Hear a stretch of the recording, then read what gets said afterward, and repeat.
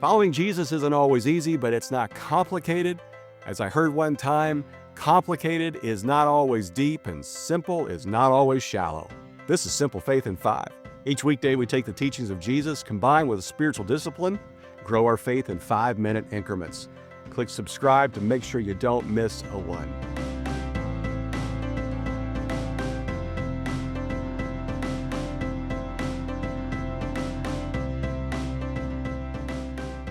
Fear and hope both imagine the future.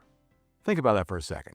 Fear assumes the worst, and hope trusts the promise. One tightens the chest, the other steadies the soul. Which are you more likely to do? Have you noticed that there's two kinds of people in the world? Those that assume the best and those that assume the worst. We usually marry each other. We kind of balance each other out. One that tends to be, it'll all work out, and the other one is, it'll all fall apart. Well, the early Christians didn't fear the return of Jesus. They longed for it. The Apostle Peter talked about how his desire was to see the Lord return soon. The Apostle John said, "Come, Lord Jesus, come." They awaited anxiously for Jesus' return because Jesus told them he was returning. Now, that being said, Jesus waited a little longer. And for those of us that think we know when Jesus is returning, well, make sure you let Jesus know, because he tells us even he doesn't know. The Father will tell him. It's time.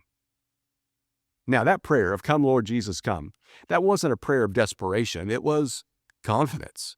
They literally believed Jesus' return meant justice for the oppressed, restoration for what was broken, and renewal for the world. Hope didn't make them passive. It made them courageous. You think about it.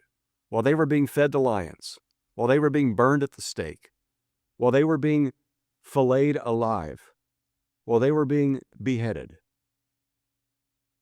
their hope didn't make them passive. It made them courageous. And even though in that moment where they were dying, they knew they were not going to witness the return of Jesus, they knew that they would soon see Jesus. You see, fear shrinks life, but hope expands it. This week, we're practicing this posture of readiness, this spiritual discipline. It's basically taking a few moments out of every day and be ready for the return of Jesus. We spend most of our day never thinking about it. Sure, we're looking forward to that, but we don't really think about it. Much like in the month of March, we're not thinking about Christmas just yet, but we know it's coming. Well, today, I want you to notice where fear has been shaping your thinking, and then consciously choose trust instead. I'm fearful about what might happen. I'm fearful about, the economy. I'm fearful about the wars in this world. I'm fearful about where we're headed as a nation. I'm fearful about where I'm headed as an individual. And then I want you to consciously choose trust instead. I believe Jesus is returning.